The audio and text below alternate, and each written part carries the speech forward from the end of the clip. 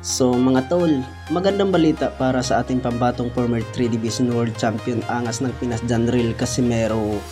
Dahil po ay nagsalita po ang pambato ng Japan ng The Monster na Uya Inoue na may pag-asa daw na makakalaban po sila ni Janril Casimero. Dahil dyan mga tol, ay alam po ng karamihan na ang labanan muna ni Uya Inoue sa ngayon ang pambato ng Mexico ng 2 Division World Champion Luis Nery. At pagkatapos dyan mga tol, ay wala pa pong sinabi po si Uya Inoue kung sino po ang isusunod. Samantala ay natatandaan po natin mga tol, nung natalo po si Marlon Tapales kay Uya Inoue, ay pagkatapos nun ay ini-interview po si Uya Inoue na kung sino ba ang isusunod. Ay si Luis Nery, Muradjon Ahmad-Aliyev, Rais Alim at ang angas ng Pinas Janril Casimero. Dahil dyan mga tol, ay may paparating po na laban ng angas ng Pinas Janril Casimero itong taon 2024. Pag maganda po ang pinapakita po na laban ng angas ng Pinas at mapanalo po niya, ay sigurado dyan mga tol na makakalaban na po ang The Monster na Japan na Uya Inoue. Bukod dyan ay nagsalita na mismo po ang promoter ng angas ng Pinas Janril Casimero ng Treasure Boxing Promotion na si Masayuki Ito, na malaking tsansa daw na makakalaban po ng angas ng Pinas Janril Casimero ang undefeated ng 4 Division World Champion The Monster na Uya Inoue. At banat pa po ng promoter ng angas ng Pinas Janril Casimero mga tol, na basta lang daw maganda ang pinapakita ng angas ng Pinas sa paparating po na laban.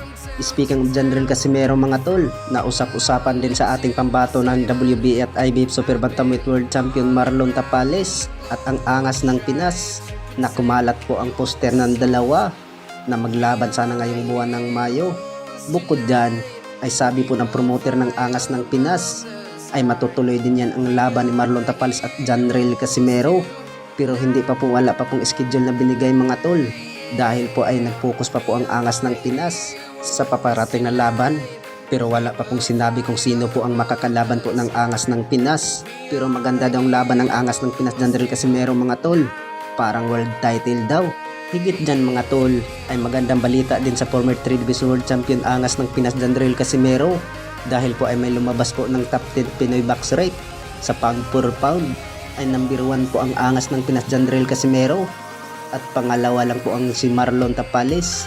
Sa kabilang banda naman mga tol ay alam po ng karamihan na may paparating po na laban ang ating pambatong IBF Super Flyweight Jerwin Angkahas. Hindi basta-bastang makakalaban niya mga tol, dahil ay malakas din ito, ang kapatid ni na Monster na Uya Inoue ng WBA World Champion Takuma Inoue, nagaganapin sa Ariake Arena, Tokyo, Japan ngayong buwan ng February 24. Ay 3 linggo na lang po mga tol, makikita na po ang galawan ni Jerwin Angkahas.